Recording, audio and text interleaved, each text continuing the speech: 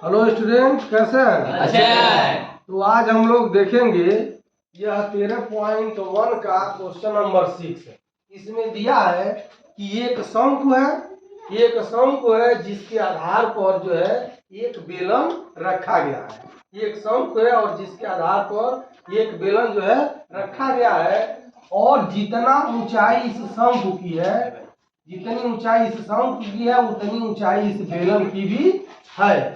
ठीक, और जो आधार इस जो है शंकु का है वही आधार क्या है? बेलन का है।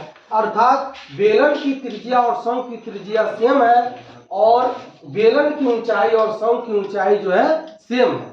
तब यह सिद्ध करके हम लोग को लाना है कि इस जो बना है ये फिगर, अर्थात जो संयोजित ठोस बना है उसका पृष्ठ बराबर हो जाएगा पाई आर कोष्टक में √h² + r² + 2h + 3r, इतना सिद्ध करके लाना है।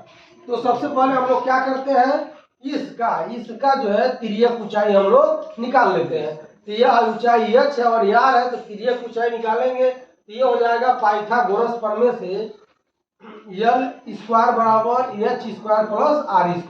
पाइथागोरस प्रमेय से आप लोग जानते हैं क्या हो जाएगा, l² बराबर हो जाएगा h² + r²। फिर l का मान निकालेंगे तो हो जाएगा √ में h² + r²। अब हम लोग क्या करेंगे, इस शंकु का वक्र पृष्ठ निकालेंगे। क्या करेंगे?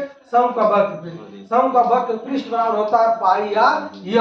फिर यहाँ से l का मान हम लोग रख देंगे। तो l का मान रखेंगे तो क्या हो जाएगा √h² + l²। अब हम लोगों को क्या करना, बेलन का वक्र पृष्ठ निकालना है। तो बेलन का वक्र पृष्ठ यही हुआ।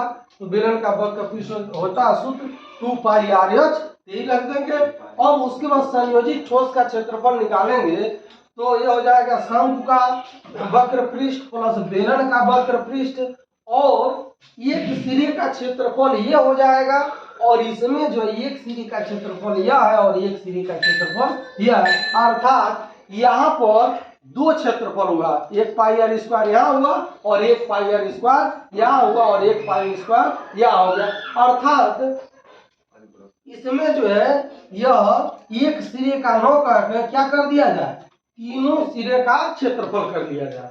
ठीक, तो अब इसको हम लोग अब इन मानों को, अर्थात इसको हम लोग चाहे कि समीकरण 1 कर सकते हैं, समीकरण 2 कर सकते हैं, इसको जोड़ दें और इसको जोड़ दें। तो इसको जोड़ेंगे तो ये पहला हो गया पाई आर √h² + r², ये जोड़ दिए।